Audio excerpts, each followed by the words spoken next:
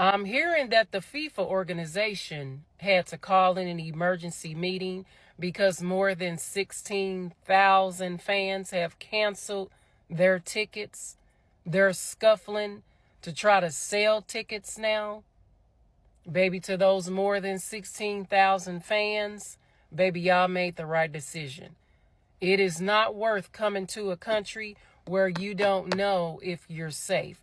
You don't know if you're going to be on vacation and you end up getting round up by some ICE thugs because they are racist towards your skin color.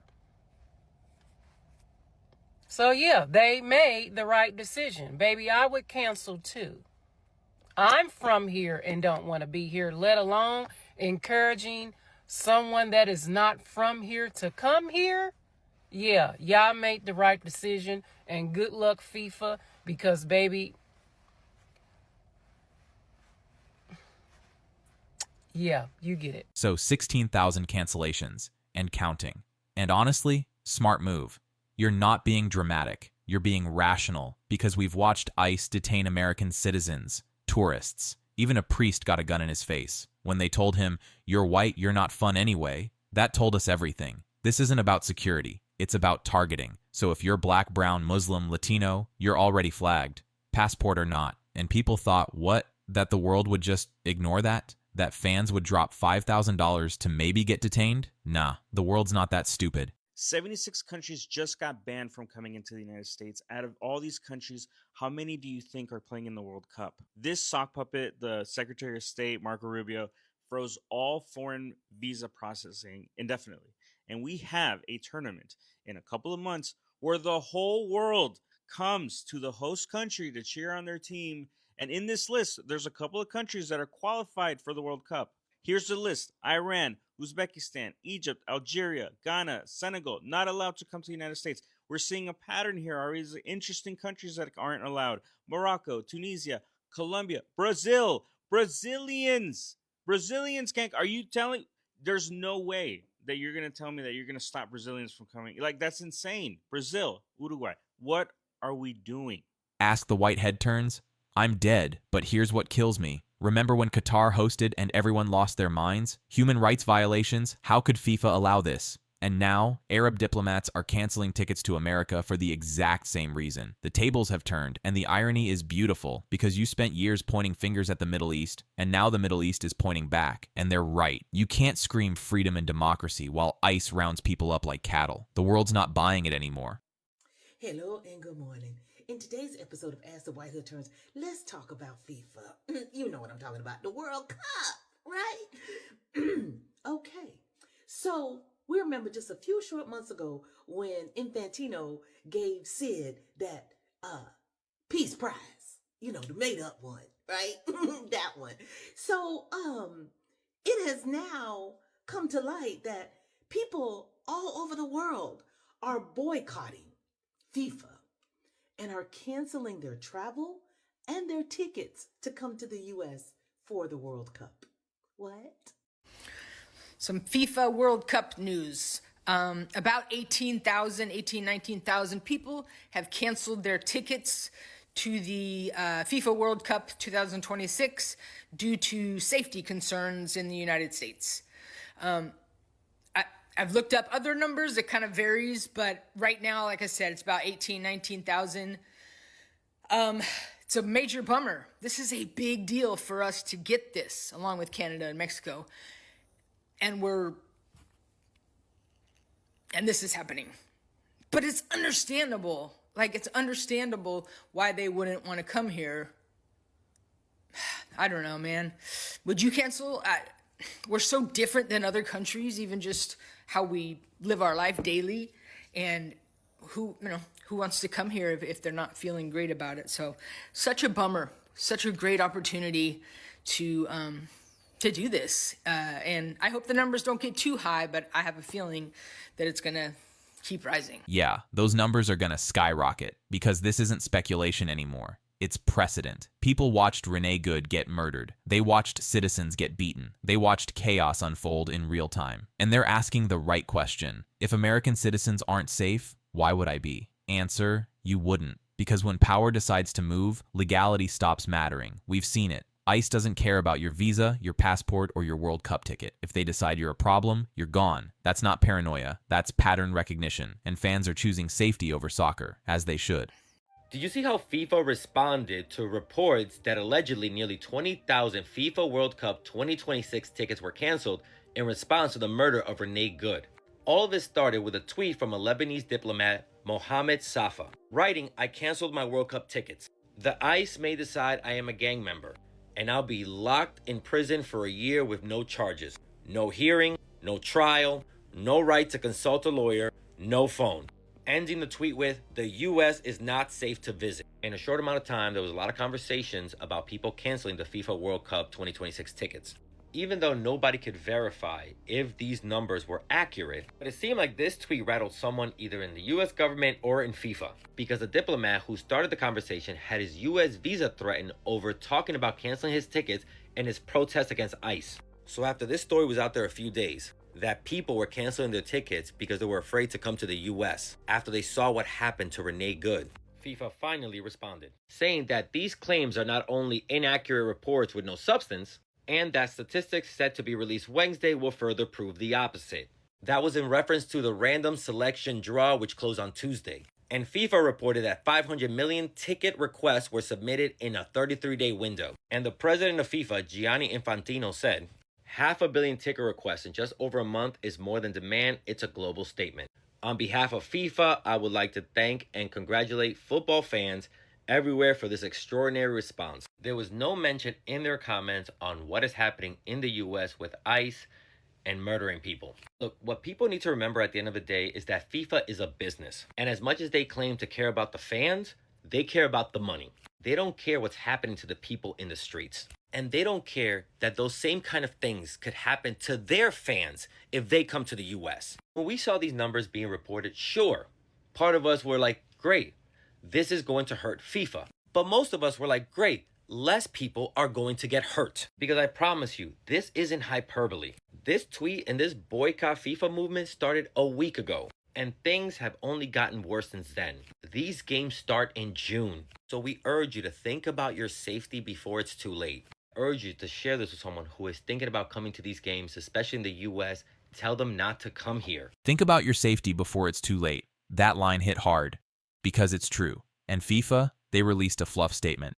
500 million ticket requests. Cool. How many can actually get in? Because requests don't mean sales. And you can hype the numbers all you want, but when fans from 76 nations are banned, those requests are worthless. FIFA cares about one thing, money. They'll smile, deflect, and hope this blows over, but it won't, because people aren't forgetting, they're canceling, and that's the only power they have left, to OPT out, and they're using it. Okay, just so I have it straight, they thought after the last year we've just witnessed, after everything that's been filmed, documented, and lived through, that people would feel safe enough to fly to the US for the FIFA World Cup like none of it happened.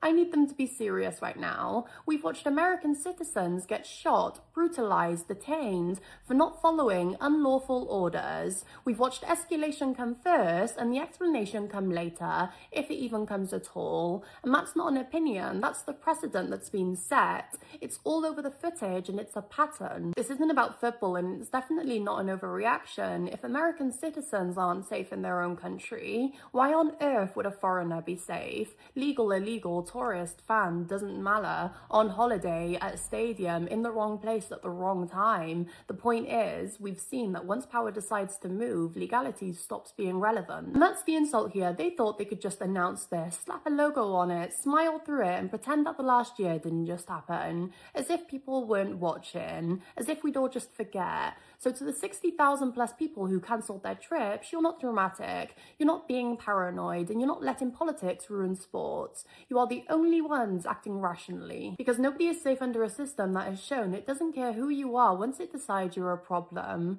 And the only power people actually have left is to opt out, and that's exactly what people are doing. And if you're still going to the 2026 World Cup in America, then congratulations, you may now be the only one. If you're still planning to go, you might be sitting alone. 17,000 cancellations in 48 hours, emergency meetings, panic mode, and the wildest part, this was predictable. You can't build walls, ban nations, and terrorize minorities, then act shocked when the world says, nah, we're good. Economics 101. Tourism requires trust. And right now, nobody trusts this country. Not with their safety, not with their money, not with their lives. You wanted America first? Congratulations. America's first and last, because nobody else is showing up. Now thousands of people throughout the world are now cancelling their World Cup tickets in protest of the United States and in hopes to get the entire thing cancelled. You see, already 17,000 fans throughout the world have already cancelled their World Cup tickets in protest against the United States, and that number is only climbing. Now, America really only has itself to blame, as the calls to boycott the 2026 World Cup mainly came from tourists feeling unsafe, especially within the US's current political climate. And to be honest, can you even blame us, as not even US citizens themselves are free from being beaten, harassed, or even kidnapped by ICE? Already, countless stories regarding ICE mistreatment on European tourists, other tourists, and even US citizens alike, causing many people to ever fear going to the United States ever again, let alone going for the World Cup, as what civilized country treats their own citizens like this? Hell, even a Lebanese diplomat and UN consultant Mohammed Safar has actually publicly cancelled his tickets himself for similar concerns, with him even stating himself that he no longer feels like the United States is a safe place to visit anymore, and further linking his decision to human rights concerns. Please do not come to the United States. We are not the same country we were 4 months ago. It is not safe here anymore. They can pull you off the street. They can detain you. They'll do God knows what to you. They're doing it to our own citizens. They will do it to you. Please do not support American products.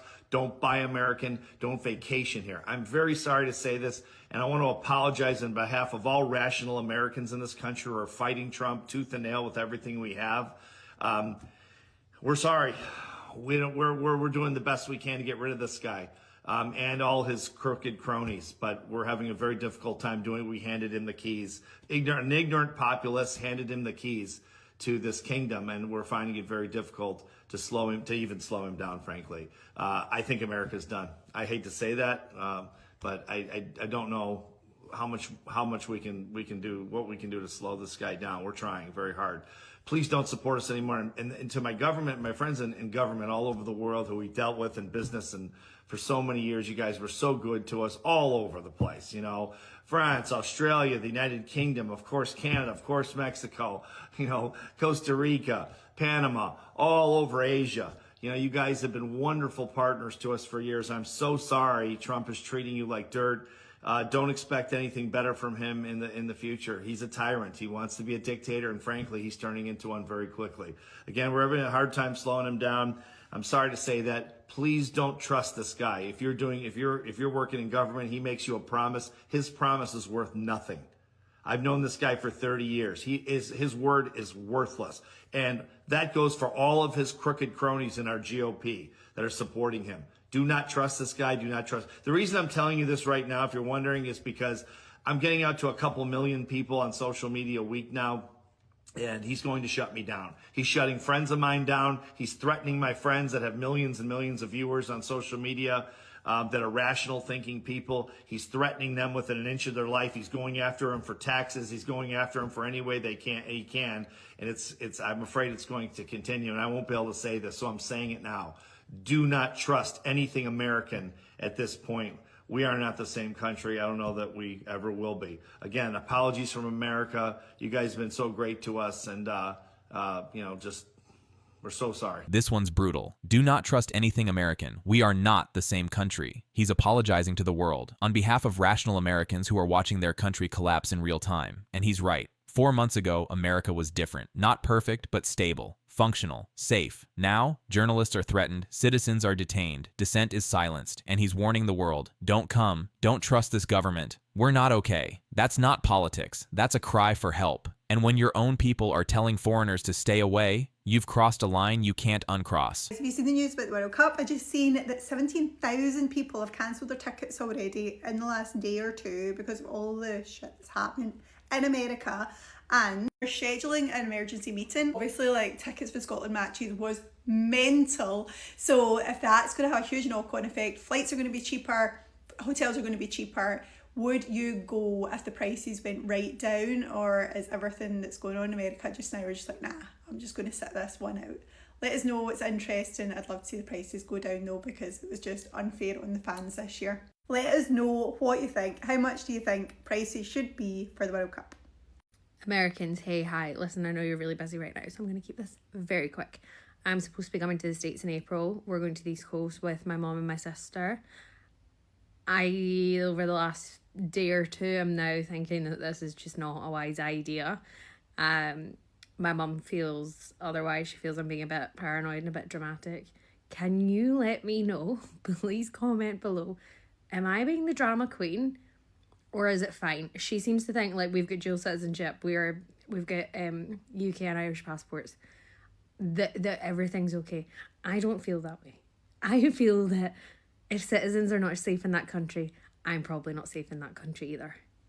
Please comment down below so that I can at least either calm my paranoia or change her mind. I read the news because I know you haven't, and if you are a fan of soccer or football and we're looking to go to the 2026 World Cup, you better listen up, because even as the AFCON stands are electric for the fans of Senegal and Ivory Coast, this is supposed to be a taster for the bigger dream, right, which is the World Cup. But unfortunately, this might not be a reality. Their teams have in fact qualified, but the new US travel bans mean countless supporters may be barred from entering the country to cheer them on.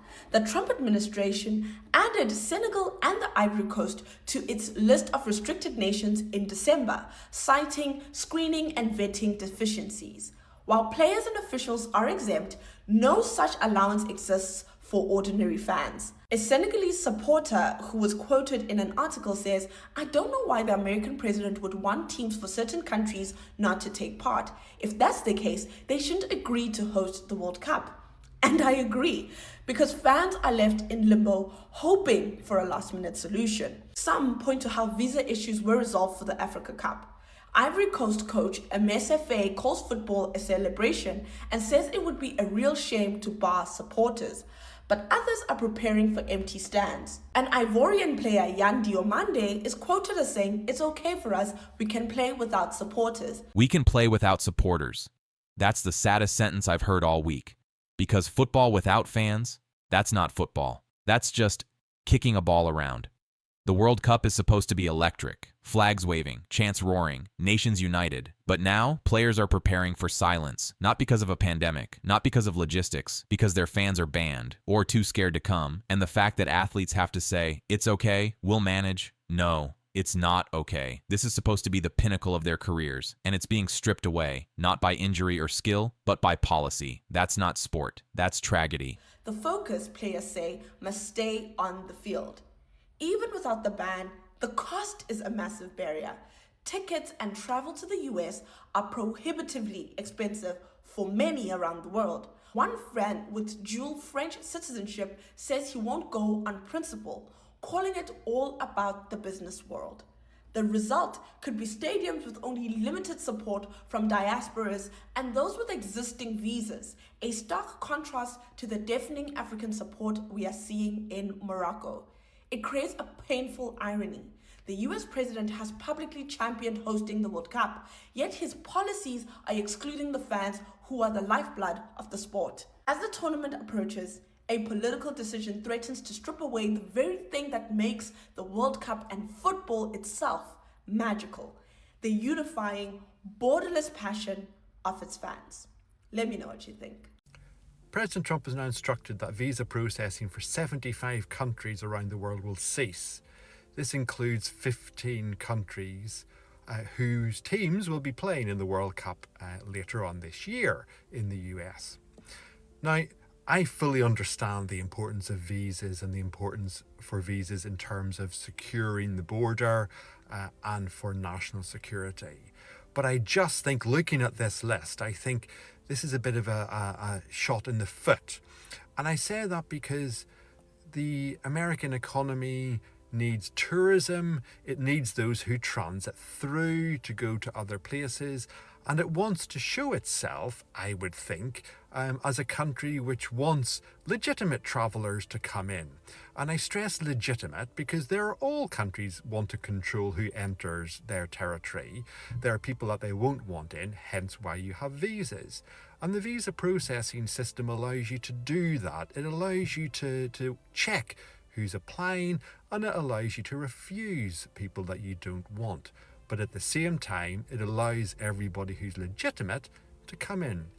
So I think a blanket ban is sort of self-defeating because it removes the opportunity to select and check who wants to come and to allow in people who will spend money in country.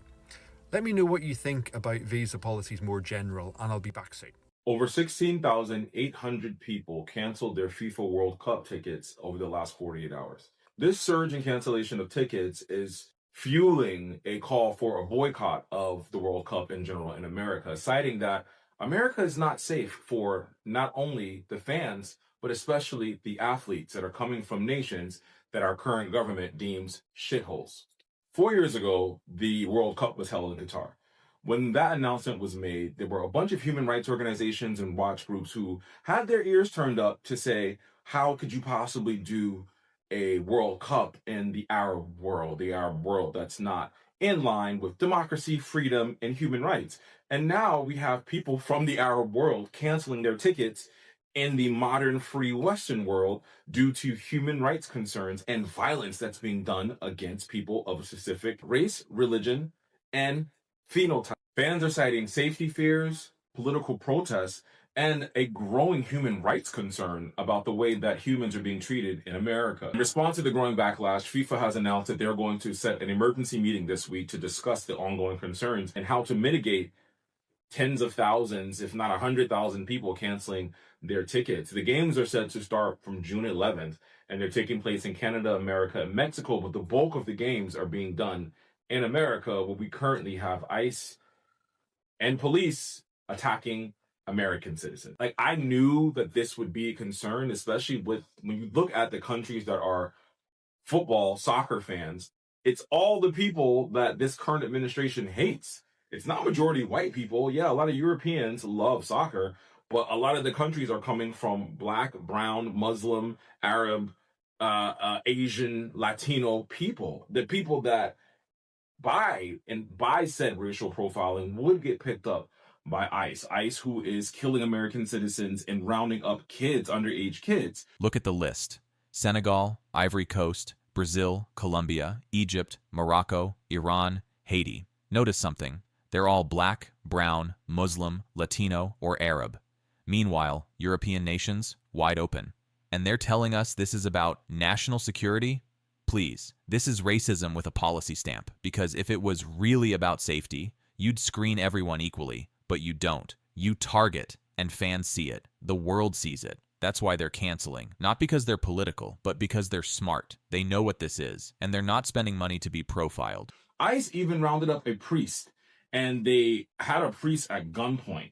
And then they put the priest in the car, detained him, and they kept trying to intimidate the priest. And he was like, I'm not scared of you. And then they said to him, well, you're white. You're not fun anyway. An ICE agent literally came over to me and said, what did you say? I said, I am not afraid. And they pointed a gun in my face. ICE put handcuffs on my hands and put me in a black SUV. And then a few moments later, they came back and they said, are you afraid yet? And I said, no. And then they said it. Well, you're white. You wouldn't be fun anyway. It was then that I knew that this staging, that these ICE raids are really about fear and intimidation. Just proving the point that all of the racial tensions in this country are at the behest of the current administration, but that ICE is racially profiling people and white people should have been safe, but they just killed a white woman. I say all that to say there is growing concern for human rights issues and safety in this country. And how long does America get to act like they're still the beacon of the world, the beacon of freedom, and the beacon of democracy? Because in fact, we're definitely not. This is just heartbreaking. It's so sad. Fans from Senegal and the Ivory Coast might not be able to get to watch their team at the World Cup because of a new travel ban from President Trump. I did my research as to why this ban was even a thing in the first place, and the main reasons were high overstay rates. Essentially, people who are staying in the country stay for longer than they are supposed to, so the country just bans people from coming in because they have high overstay rates.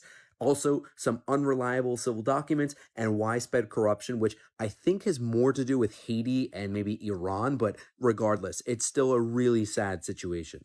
And I did some research, and as to why, it's because these two countries have high overstay rates, which is essentially saying that when people come in, they stay for longer than they are supposed to, hence overstaying. And so the White House's response to this is to just kind of ban them from coming in. And of course, athletes, trainers, etc. will be allowed to come in, but now fans who want to come watch the games at the World Cup will not be allowed to. And I get the reasoning for this. I'm not, getting mad and yelling at the American government for what they're doing, but it's just sad that teams and fans might not be able to go watch their team at the World Cup. It's just kind of sad. There's also cases with Haiti and Iran, like I mentioned earlier. Haiti wasn't able to play their qualification games in their country because of how dangerous it was. So I guess I kind of understand that. And then Iran, we of course know with how Donald Trump and the United States government views Iran, they're not going to allow Iranians to come into the country. So it's just kind of sad that all of these fans won't be able to follow their team. And I guess there is some rationale behind it, but they're saying restricting the entity of foreign nationals to protect the United States from foreign terrorists and other national securities and public safety threats. So it's kind of a balance of both, but it's just kind of heartbreaking to me that this is going to be a case. Honestly, if I lived in a different country and I was going to come over here for some FIFA event, okay, not knowing that I could be detained, not knowing that I could be thrown in an immigration camp. I don't think that I'll be traveling. I'll watch it on TV. Thank you, but no thanks. It is also being reported that the fans are concerned due to the travel bans of some nations, okay? So they may opt to go to Canada instead of the United States. Because nobody wants to be in no immigration camp over some FIFA game because you're a loyal fan. Most, like me, I'm not a fan, but I will watch it on TV in the comfort of my own home, and I'm a U.S. citizen.